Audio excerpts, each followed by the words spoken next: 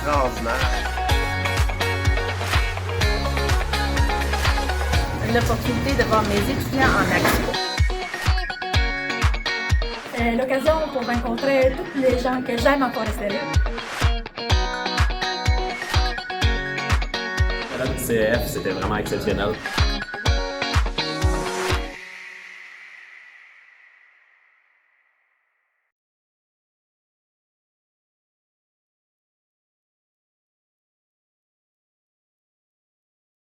Notre prochain conférencier est Patrick Faubert, professeur à l'UQAC à Chicoutimi et membre régulier du CEF.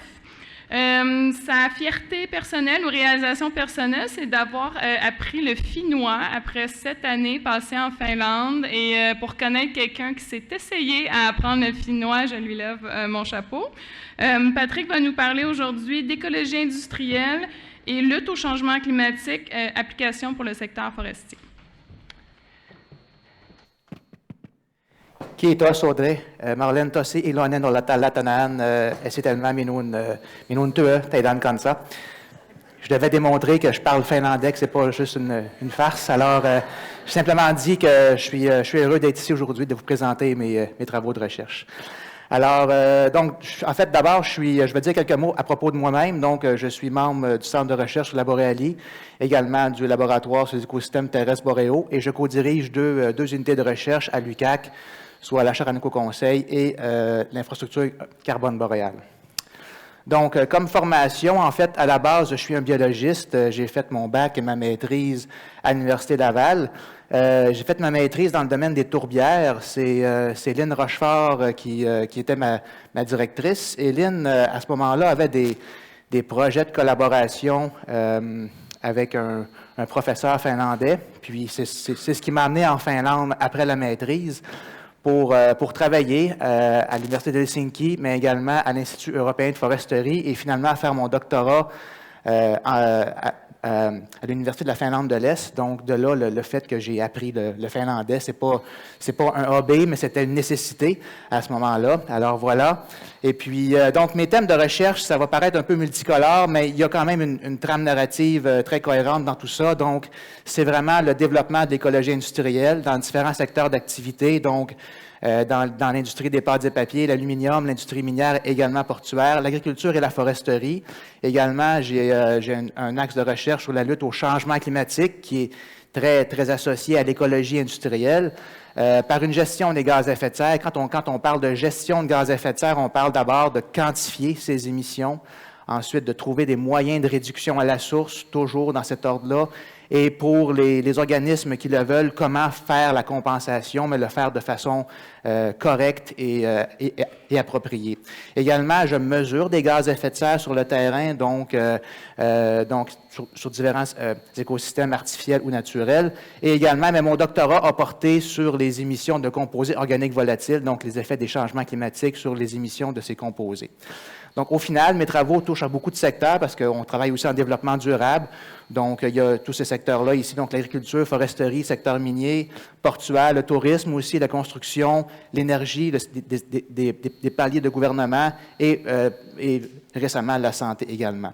Et je suis membre régulier du CEF depuis 2022 et professeur régulier aussi à l'UQAC depuis 2020. Voilà. Donc, je vais entrer dans le vif du sujet, d'abord par définir ce qu'est l'économie, en fait, l'écologie industrielle, mais d'abord, elle s'intègre à l'économie circulaire.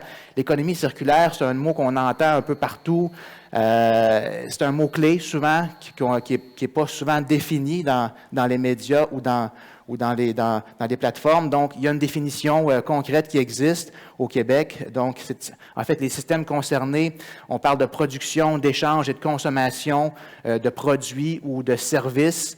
Les objectifs, c'est d'avoir une utilisation optimale des ressources, de réduire les impacts environnementaux, mais également d'avoir un bénéfice social sur les personnes et également les collectivités. Et dans tout ça, l'écologie industrielle est une stratégie de circularité dans le monde de l'économie circulaire. Quand on parle de stratégie de circularité, on peut parler d'abord de la réduction à la source. A-t-on vraiment besoin de nos produits que nous consommons tous les jours? L'écologie industrielle fait plus le lien entre des industries. Donc, des grands principes de l'écologie industrielle sont que des résidus ou sous-produits d'une industrie vont devenir des matières premières pour une autre industrie. C'est de ça que je vais parler dans les prochaines diapos. Également, il y a une mutualisation de flux entrants de matière et d'énergie, et aussi de flux sortants pour le traitement de matière. Donc, je ne vais pas trop m'étaler sur ce deuxième principe-là, mais je vais parler plutôt du premier principe, le fait que des sous-produits ou résidus deviennent matières premières pour une autre industrie. Également, deux autres mots-clés, mais bon, en fait, l'écologie industrielle, quand on l'applique correctement, est un moyen qui peut tendre, en fait, qui peut permettre de tendre vers le zéro déchet et la carboneutralité. Deux termes clés qu'il faut faire attention. Alors, c'est un peu utopique aujourd'hui d'être vraiment zéro déchet ou d'être carboneutre, mais l'écologie industrielle peut être un véhicule qui peut mener vers ça éventuellement, mais bon, avec beaucoup de travail. Et là, si on s'approche du secteur forestier, alors, quel est le lien avec l'écologie industrielle? Donc, il y a eu une feuille de route publiée par le World Business Council for Sustainable Development en 2021, et cette feuille de route avait trois grands leviers pour réduire les émissions de CO2. Donc, un levier qui est plus au niveau des opérations forestières, donc de réduire les émissions de gaz à effet de serre, de CO2, par la machinerie, par exemple. Sinon, le deuxième levier était par l'augmentation de séquestration de carbone, par un aménagement durable, et également par les produits du bois. Donc, plusieurs personnes ici travaillent sur ce deuxième levier-là, et c'est tant mieux. Et le troisième levier est sur la mise en œuvre d'une économie circulaire, donc de là où, en fait, j'essaie d'intégrer mes travaux dans ce troisième levier-là, où on peut substituer des matières non renouvelables par des produits de la forêt, par exemple, des produits qui seraient éventuellement traités en déchets ou en résidus. Bon. Alors, en fait, je suis à l'UQAC depuis 2012. J'ai été postdoctorant et, bon, éventuellement, j'ai bâti mon créneau de recherche et je suis devenu professeur en 2020. Donc, mais j'ai travaillé, en fait, depuis 2012, je travaille à quantifier les émissions de la gestion des biosolides de papetière. Et c'est ce que je vais traiter dans les prochaines diapos. Donc, des résultats, un bilan, un sommaire qui regroupe des publications depuis, donc, entre 2017 et 2024. Bon. Alors, qu'est-ce que ce produit-là? Alors, ce sont en fait c'est une matière organique, c'est un sous-produit de la fabrication des pâtes et papiers, des usines de pâtes et papier. C'est une matière organique qui est issue du traitement des effluents des usines de pâtes et papier. Donc, on a des biosolides qui sont primaires et secondaires qui sortent du traitement des effluents, en fait, des bassins secondaires et des bassins primaires de décantation qu'on peut combiner ensemble pour faire des biosolides mixtes. Et aussi, on a des biosolides de désancrage qui proviennent des usines qui font le recyclage de papier.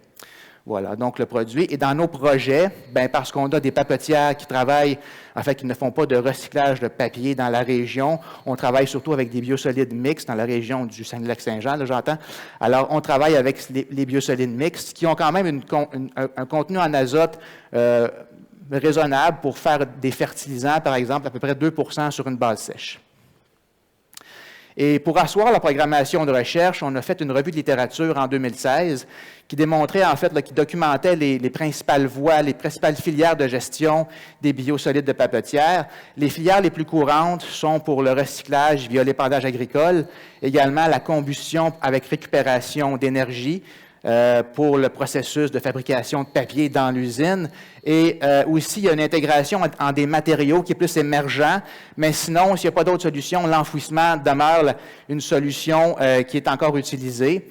Alors, on a soulevé, en fait, on a décrit ces filières-là dans cette revue de littérature, mais également, on a documenté le manque de connaissances en lien avec les gaz à effet de serre qui proviennent de la gestion de ces biosolides. Donc, au Québec, il y a à peu près, donc les dernières données datent de 2021 de Recyc Québec, il y a à peu près donc 0,9 millions de tonnes de biosolides qui sont produits. Il y a encore des papetières qui font du papier, donc il y a encore des biosolides qui sont produits. 14 % va à l'enfouissement, 48 % va à l'épandage, surtout agricole. Et 38 est brûlé pour en faire une récupération de chaleur. Au fil du temps, la portion qui va, en fait, là, il y a eu beaucoup moins d'enfouissement. L'enfouissement est à peu près à 30 il y a à peu près 5-6 ans. Là, ça diminue tranquillement. Et un objectif commun du gouvernement et de l'industrie, c'est de tendre vers un enfouissement de zéro. Bon. Alors, l'objectif principal des projets qui ont eu lieu, c'était de quantifier les émissions de gaz à effet de serre par des mesures qui provenaient des 3 principales filières de gestion, l'enfouissement, l'épandage agricole et la combustion. Très bref sommaire des méthodes. On a mesuré ça avec des chambres statiques sur le terrain. L'enfouissement a été mesuré à l'échelle pilote. C'est parce qu'on ne pouvait pas à ce moment-là mesurer sur un site industriel. Là. Mais c'était une chance parce qu'on pouvait quand même connaître la quantité de biosolides dans notre dispositif et rapporter les émissions sur une masse de biosolides, ce qui est un facteur d'émission. L'épandage agricole, c'est fait avec des biosolides frais et des biosolides enfouis excavés. Quand j'entends biosolides frais, ça ne veut pas dire qu'ils sentent bon et qu'ils sont roses. C'est simplement ce sont des biosolides de la pratique courante, c'est-à-dire qu'ils sortent de la papetière. Donc, ils sortent de la papetière et ils sont en fait qualifiés de frais dans mes publications. Enfouis et excavés, c'est-à-dire qu'on a pris des biosolides, on les a excavés du site d'enfouissement pour ensuite les épandre en champ agricole ou sinon sur un terrain minier, donc un site dégradé. Pourquoi se casser la tête à sortir des biosolides du site d'enfouissement et les épandre? C'est parce que même si on doit en fait, là, interdire l'enfouissement, il va y avoir nécessairement un moment donné dans la chaîne où on doit en fait stocker les biosolides quelque part et le site d'enfouissement va demeurer quand même un stockage temporaire, si on veut. Et la combustion, mais elle a eu lieu dans 3 usines avec des méthodes de combustion différentes. Bon.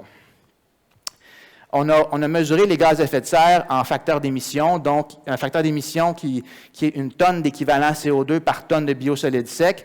Et la tonne d'équivalent CO2 est en fait une combinaison, une addition de protoxyde d'azote et de méthane rapportés en équivalent CO2. Je n'irai pas plus loin pour ça parce qu'il va manquer un peu de temps. Alors, les résultats, le sommaire de ces émissions-là, c'est que l'enfouissement à court terme, sur 2 ans, donc avec les mesures sur 2 ans, et comparé à l'épandage et à la combustion. Donc, l'enfouissement comparé à l'épandage pouvait avoir des émissions plus faibles ou plus grandes que l'épandage. Bon, ça, c'était sur 2 ans. Et la combustion semblait être une filière qui avait des émissions, disons, comparables à l'épandage, sinon beaucoup plus faibles, tout dépendant de la technologie de combustion. Donc, ce qui est ressorti de ce court terme de 2 ans-là, c'était qu'il y avait quand même des émissions substantielles de protoxyde d'azote de l'enfouissement. Donc, on parle de 2 de l'azote qui est enfoui et qui est émis sous forme de N2O. Et ça, ce n'était pas considéré avant dans les modèles. Ce n'est pas plus présentement, mais c'est une nouvelle connaissance quand même. Les émissions de N2O ne sont pas considérées présentement par les sites d'enfouissement de biosolides de papetière, sinon des sites de déchets solides municipaux. Bon. Mais qu'en est-il des émissions à long terme? Là, on a une certaine durée de vie. Nous, les humains, on ne peut pas mesurer pendant 100 ans, mais il y a une équation qui existe, qui est intégrée à des outils qui s'appelle le principe de décomposition de premier ordre pour, en fait, projeter les émissions de méthane dans le temps. Alors, en appliquant cette équation-là et avec certains paramètres, sur 100 ans, l'enfouissement devient la filière qui serait la plus émettrice. Alors, même jusqu'à 3 fois celle de l'épandage. Donc, on parle d'émissions directes. Donc, c'est un motif pour essayer de trouver de nouvelles voies de valorisation, de recyclage des biosolides de papetière. Bon. Alors, c'est ce qui m'amène aux projets qui sont en cours, en fait, depuis 2018. Là, le fait de développer des connaissances pour alimenter une symbiose entre les industries du bleuet, de la forêt, des pâtes et papier et de l'aluminium. Vous voyez, c'est une tarte qui est assez saguenéenne ou du lac Saint-Jean. Alors, c'est ce qu'on fait dans notre équipe. Alors, le concept est que nous avons 2 partenaires, Produits forestiers résolus et Rio Tinto. Produits forestiers résolus a des biosolides de papetière. Rio Tinto a de l'anhydrite. Je vais y revenir dans la prochaine diapo. C'est en fait du sulfate de calcium, donc c'est un apport de calcium. Et on veut combiner ça pour en faire un engrais organique, pour en fait pour fertiliser des plantations de proximité, des haies brise-vent en bleuetière pour le moment, et également pour des cultures de bleuets. Donc, tout ça peut avoir des bénéfices en termes d'écologie industrielle et d'économie circulaire, et aussi en termes d'éviter des coûts de production, entre autres, pour la culture de bleuets. Bon, alors, l'anhydrite, c'est du sulfate de calcium, donc c'est pas un produit c'est pas un sous-produit du secteur forestier, mais de l'aluminium, donc ça vient de la production de fluorure d'aluminium, et c'est un engrais qui est recyclé à 100% par Rio Tinto. Et ce n'est pas nouveau en agriculture, en fait, c'est du gypse qu'on retrouve dans les murs, mais sous une forme plus anhydrite. Et donc, on veut le combiner avec les boues de papetière pour un apport de calcium et de soufre un peu mieux pour les cultures. Donc, les projets qui sont en cours présentement, c'est qu'on combine ces deux produits-là pour une fertilisation en forêt boréale, donc avec une plantation de carbone boréal, parce que c'est ça à quoi sert l'infrastructure de recherche. Également pour une plantation, pour une micro-forêt urbaine, donc devant une école secondaire où on a un dispositif qui est en ville, donc où on teste ces deux produits-là. Également sur une haie brisement, là, qui sont tout petits les arbres, mais là, sur cette photo-là, mais ils ont quand même, maintenant, après 3 ans, ils ont grandi jusqu'à la taille. Donc, on teste ces produits-là sur la croissance de ces arbres-là. Également pour la fertilisation en bleuetière, où là, j'ai un étudiant au doctorat que je co-dirige qui travaille sur le sujet. Donc, tout ça, pour terminer, en fait, on veut documenter, on veut créer de nouvelles connaissances pour documenter, en fait, une symbiose industrielle qui pourrait avoir lieu au niveau régional, sinon dans d'autres régions au Québec, selon les sous-produits. Alors, c'est le but de mes travaux de recherche. Et tout cela se fait en équipe, donc j'ai quelques étudiants et aussi des collègues qui ont participé à tous ces travaux-là, des collègues de l'UQAC, mais également des ministères fédéraux, fédéral et provincial. Alors, merci.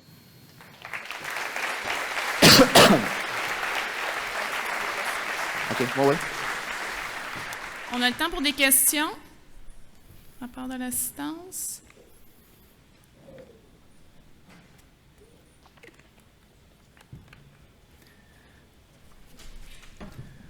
Allô? Bonjour. J'aurais une question par rapport au biosolides. Tu disais que c'était environ 2% D'azote? D'azote, oui, mais tu sais, par rapport à, par exemple, la tourbe ou de quoi d'autre, ça se compare comment? Bien, la tourbe, c'est un amendement qui amène pas... En fait, la tourbe en sachet, elle est vendue avec une certaine recette où ils peuvent ajouter des fertilisants, OK? Mais la tourbe, on l'utilise souvent comme terreau pour améliorer les propriétés du sol. Si on compare au fumier de poulet, qui est un engrais organique utilisé en régie biologique, le fumier de poulet a à peu près 3% d'azote sur une base sèche. Okay. Donc, c'est quand même bon. Oui. OK. Parce que j'ai l'impression, avec tes photos, là, avec la texture, je trouvais que ça ressemblait un peu à de la tourbe un peu, OK. je sais pas, douce, fluffy. Fait que je me demandais si...